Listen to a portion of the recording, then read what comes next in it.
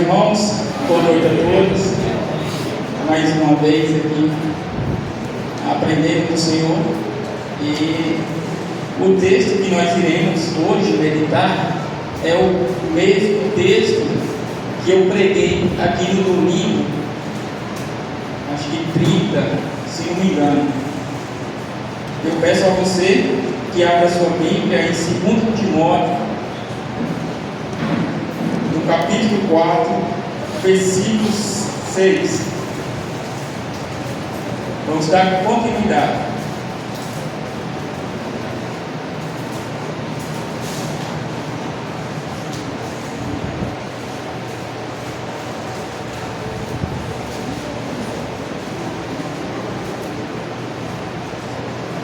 Ajude aí a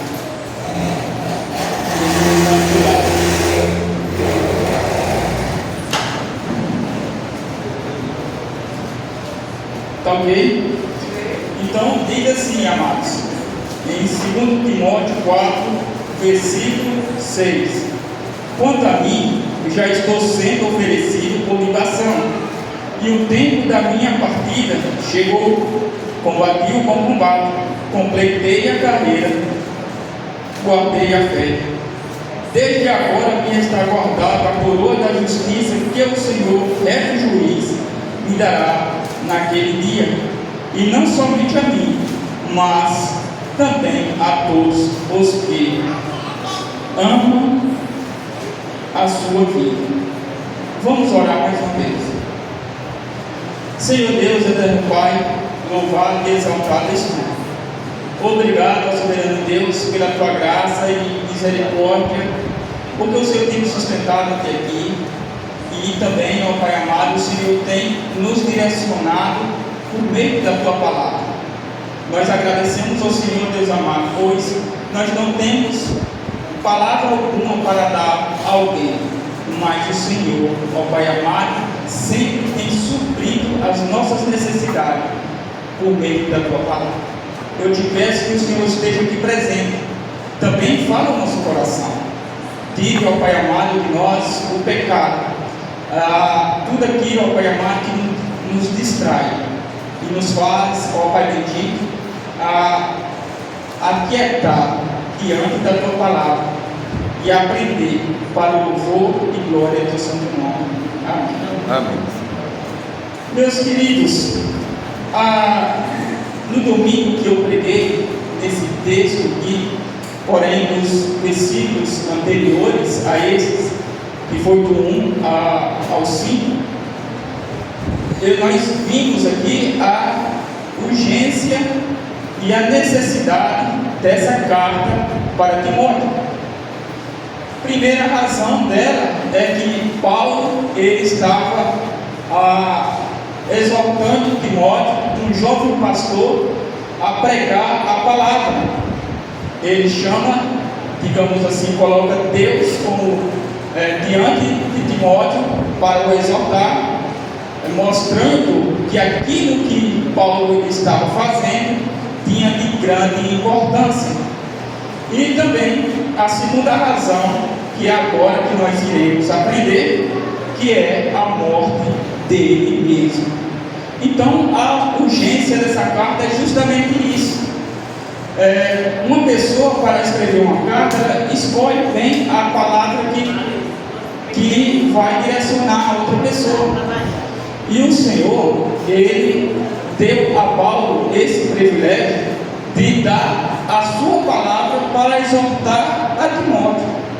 Isso é maravilhoso, porque Paulo ele poderia dar sim um aconselhamento a Timóteo, porém, se não viesse de Deus esse aconselhamento, morreria com ele mesmo. Mas como esse aconselhamento por meio dessa carta é de Deus, ela chegou até nós hoje. Nós estamos diante dessa palavra e devemos também sentir a mesma necessidade que ali o apóstolo Paulo sentiu diante de Timóteo, ou diante daquela circunstância que era a sua própria morte. E com isso ele direcionou essa palavra que é viva, que transforma a vida e que conduz para o Deus Pai. E assim nós também devemos, de igual modo, fazer com que essa palavra não venha morrer em nós. É claro que não vai morrer, porque Deus é poderoso. Deus levanta pessoas para fazer isso sempre, nunca deixará que a palavra dele seja pregada, ou seja, levanta quem ele quer. Deus é poderoso para isso. Um certo evento, João Batista disse que Deus poderia suscitar descendente a Abraão das pedras, mostrando que Deus ele é todo poderoso e ele não deixa com que a sua palavra se perca, mas chega até mim e até você. Sabendo disso, vamos ver essa segunda razão, que é a morte de Paulo. No versículo 6 diz o seguinte: quanto a mim, já estou sendo oferecido por libação. Ou seja, Paulo, ele ali compara a sua morte, o seu sangue do martírio com uma libação. O que é uma libação? Muitas das vezes nós ouvimos uma palavra e não compreendemos o que é. Isso é mais linguagem da igreja para aqueles que estão mais familiarizados à Bíblia. A libação fazia parte de um ritual que era feito no Holocausto, ali onde sacrificava animais em favor ali dos pecados das pessoas. E nós podemos aprender isso em Números, no capítulo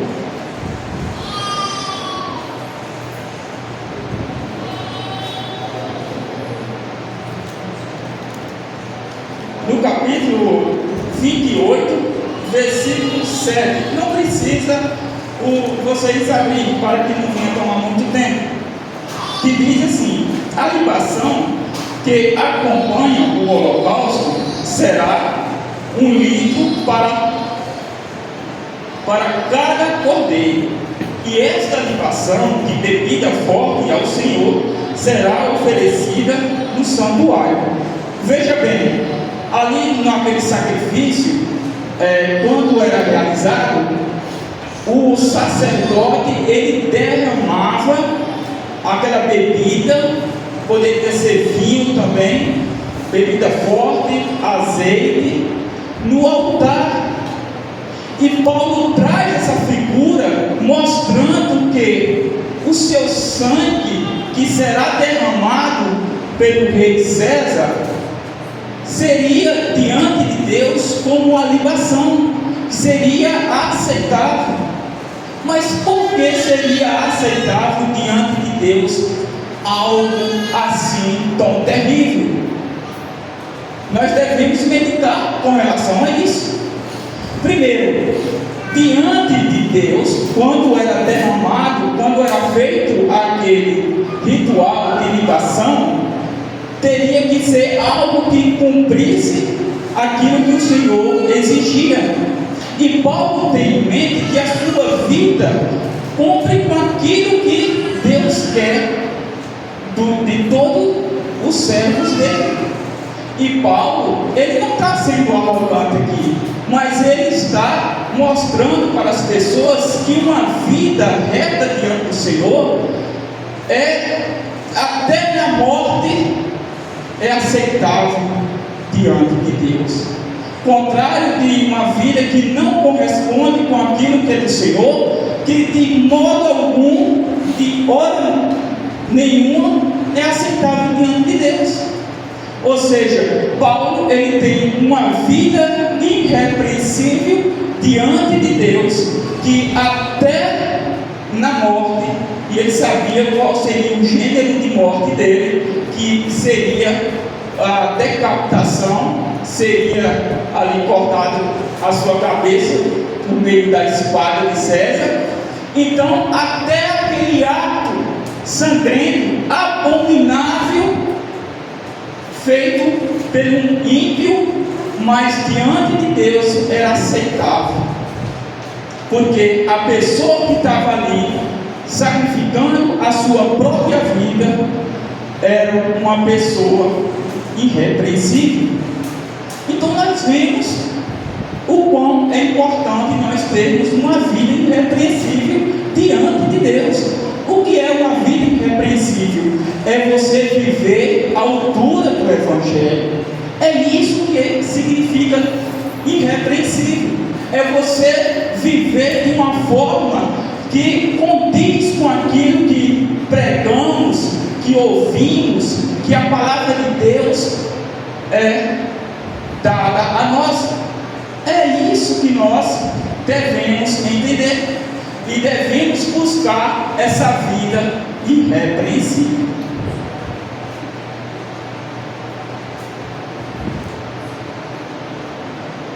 Acho interessante a tranquilidade de Paulo com relação à sua partida. Nós vemos uma pessoa que tem a sua confiança totalmente fundamentada na pessoa certa. Você já viu quando uma pessoa recebe um diagnóstico que levará aquela pessoa em poucos dias à morte, como ela fica? Ela fica desesperada. Ela caça tudo para tentar sair daquele pensamento, daquela angústia, e mesmo assim ela fica até o final, porque ela não tem aquilo que Paulo tem, que é o próprio Deus.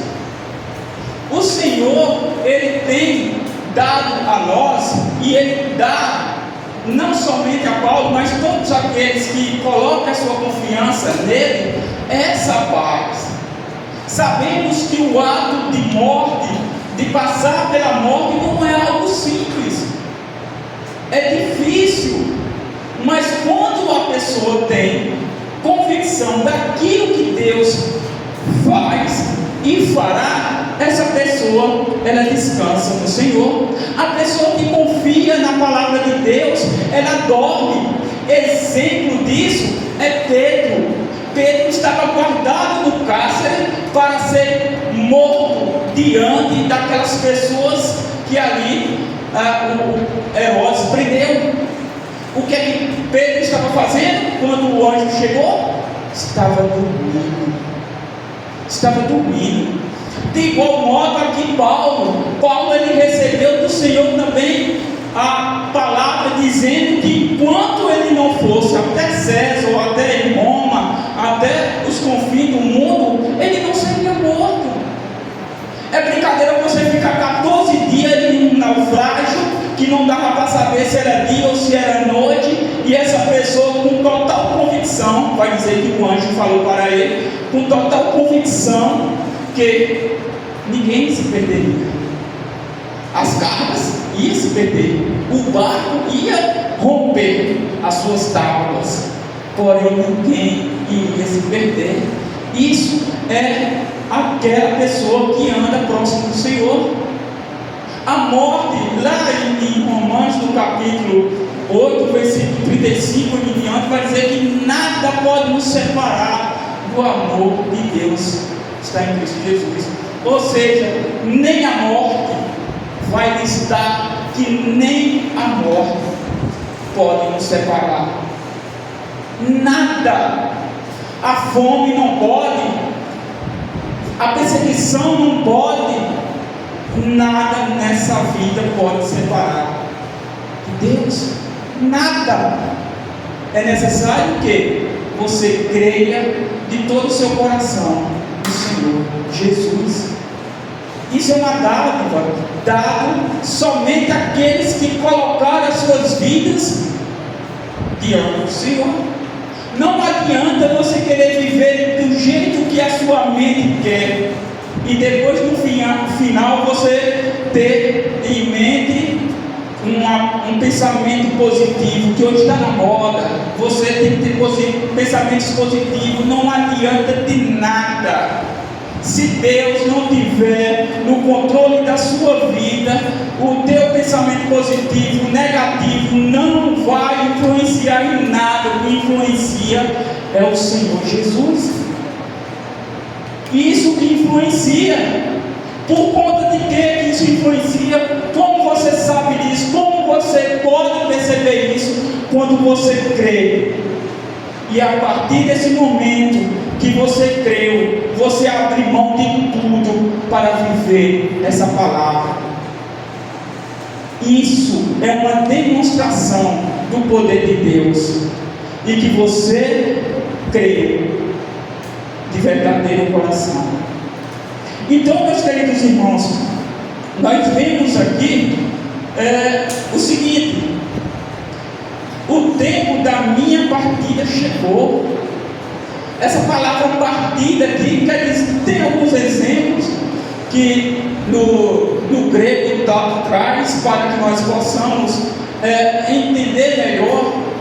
Significa basicamente um navio ou um barco que ele é tirado do ancoradouro e agora ele parte, nada o prende. É assim que Paulo está se sentindo. É como se ele fosse um barco e agora foi tirado dele, foi rompido as cordas que o prendia nesse ancoradouro e ele parte. É dessa forma que traz à nossa mente esse entendimento do que é partir. É como se você estivesse preso aqui. Mas você, muitas das vezes, nós preferimos ficar preso do que nos desamarrar e voltar ao Pai. Que sentimento mesquinho, meu Deus do céu. Não é verdade? Então, meus queridos, a morte para Paulo não é um problema. Isso tem um exemplo, está lá em Filipenses. Eu quero ler com vocês Filipenses no capítulo 1, versículo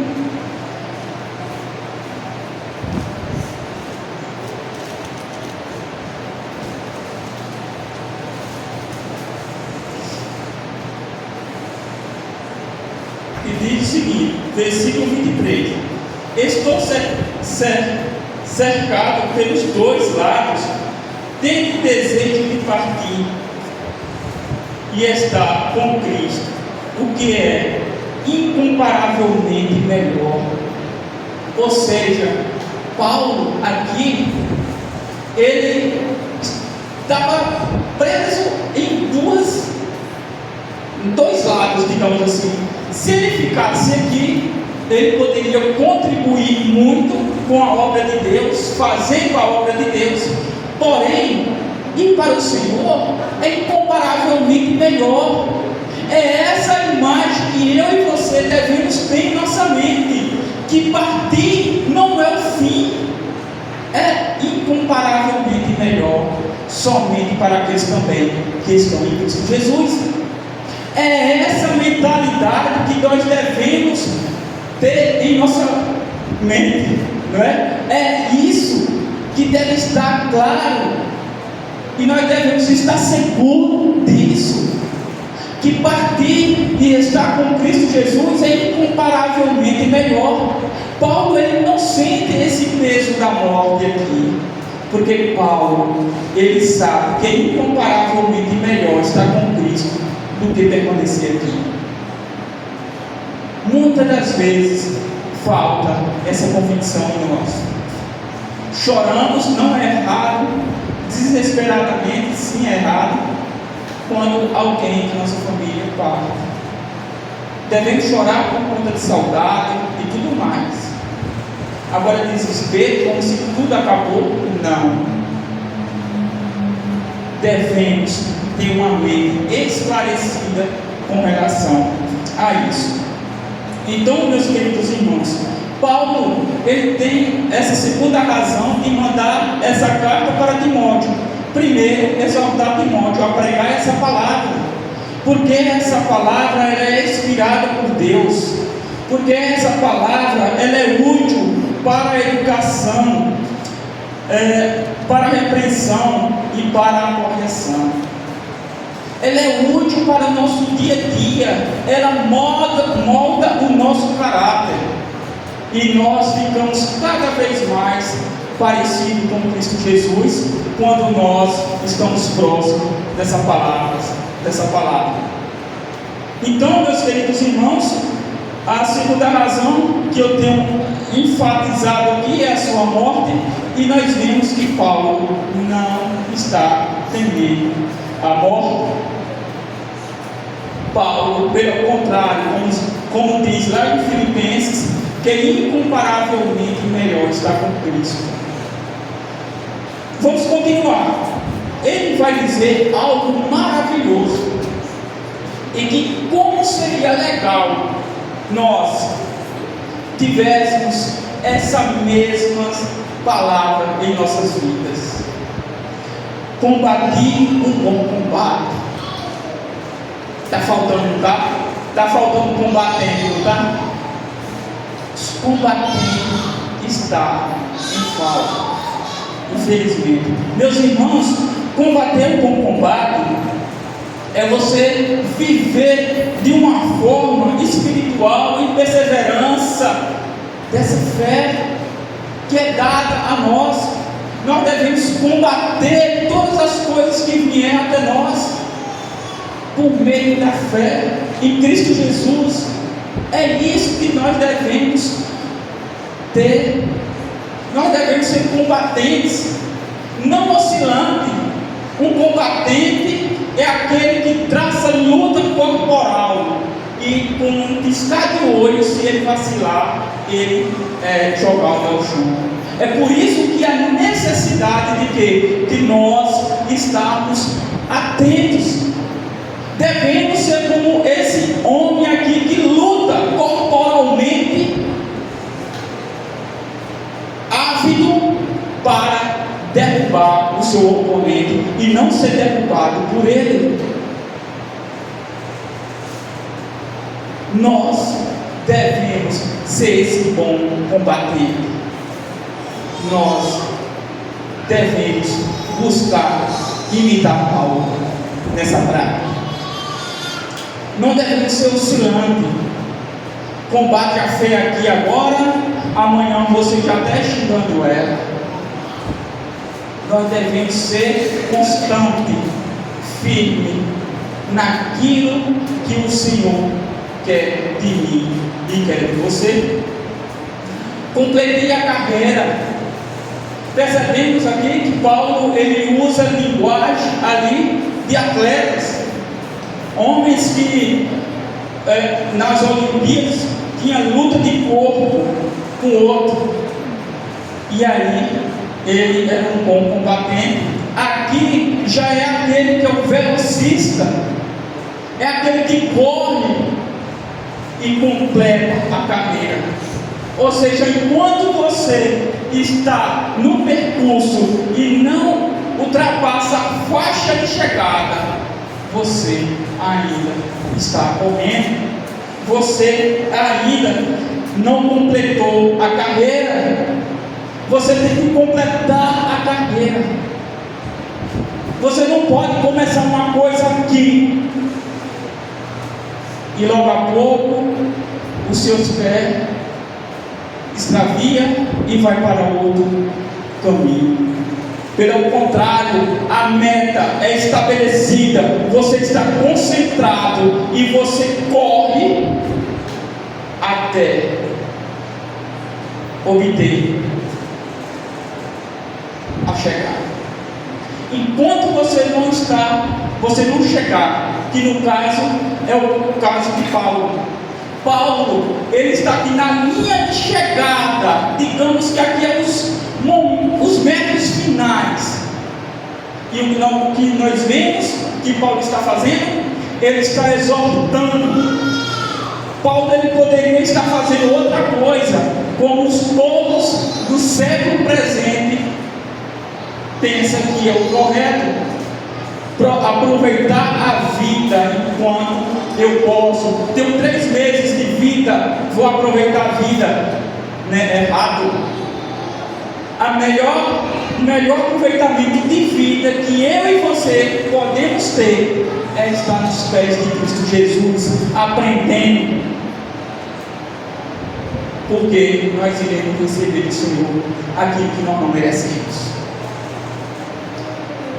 Guardei a fé. Meus irmãos, Paulo, ele fala algumas vezes: eu entrego aquilo que eu recebi. Paulo, ele foi um homem que recebeu a fé, que ele recebeu as doutrinas do Senhor, e ele foi fiel, está sendo fiel até o último instante da sua vida, passando, guardando essa fé, dando a outras pessoas acesso a isso, que é o mais importante. Exemplo disso é essa exortação que ele tem dado em favor da vida de Timóteo. Timóteo, você está começando, eu já estou saindo, mas é dessa forma aqui. Você tem que ser um bom combatente, ou seja, aquelas heresias, aquelas palavras que vêm até nós são mentiras. O que é que você tem que fazer? Pregar, insista. Está aqui nos versículos anteriores. Quer seja oportuno, quer não. É isso que Timóteo, que Paulo, está entregando a Timóteo nos seus descansos finais. Agora vamos continuar. Veja o que motiva Paulo a permanecer. Diz o seguinte, versículo 8: desde agora me está guardada a coroa da justiça, que o Senhor, reto juiz, me dará naquele dia. Assim como Paulo usou as figuras ali de um atleta, que ele se esforça, que ele treina para chegar no seu alvo, para adquirir uma coroa incorruptível, ele está falando que a dele, que é incorruptível, que é eterno, que provém do próprio Deus, está guardada. Isso é maravilhoso. Isso nos motiva a permanecer essa fé. Essa fé nós não devemos negociar com nada, porque o Senhor recompensará com uma coroa, a coroa da justiça. É uma coroa eterna, é a coroa da vida. Não é uma coroa que você, naquele período, era dado às pessoas, os atletas, e aquela coroa vinha murchar, que eram uns ramos que colocavam aqui em torno da cabeça. Mas essa coroa aqui é uma coroa que você não pode comprar.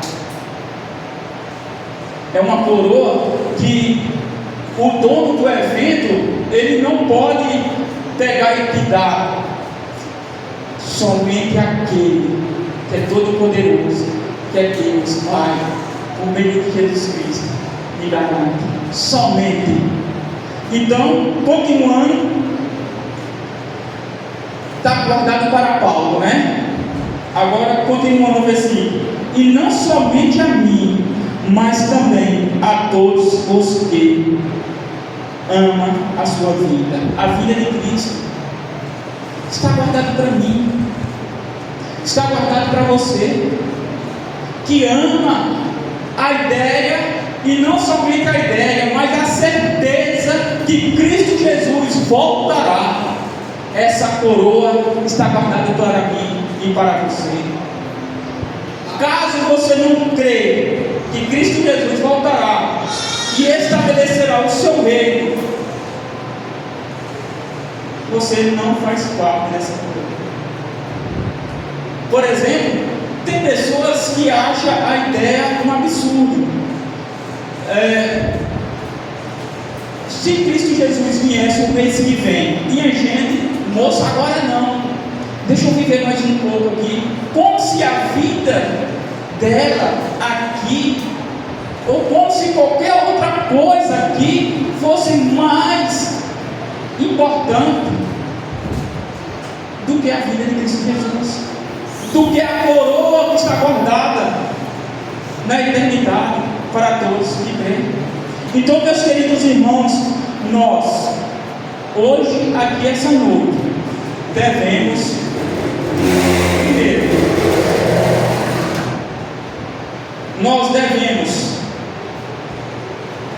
ter uma vida que seja agradável diante do Senhor, mesmo que custe ela. Paulo tinha uma vida agradável ao Senhor, e isso custou a sua própria vida. Ele perseverou nesse caminho. Ele trocou a vida daqui terrena por a coroa eterna, por incorruptível, diante de Deus. Então nós vemos que Paulo, ele fez um grande negócio, enquanto nós somos pessoas que negociam maus, digamos assim, maus coleiros. Eu nem sei as palavras certas. Somos aqueles que fazemos um rolo de coco, aquele que sacrifica a sua vida para viver a vida de Cristo Jesus, mesmo que a vida dele venha sendo interrompida por meio de maus, aquilo será aceito diante do Senhor como libação, como algo aceitável diante de Deus. Porém, se você trocar as coisas eternas do Senhor para viver o presente século, ao que cegou essa geração, que é Satanás, usando das suas filosofias, das suas artimanhas, você não terá a coroa da vida. Eu creio que é melhor nós abrir mão da nossa própria vida, 50 anos, 60, 70, ninguém vai passar mais do que isso da valiniana, não é? Vai diminuir aí, do que você perder a eternidade. A eternidade, meus queridos irmãos, nunca deveria ser colocado na mesa para ser negociada. Nunca. É algo que deve ser preservado. É como você tem que ser esse vigilante, esse guarda que guarda a sua fé, mantém combatendo toda a sua vida.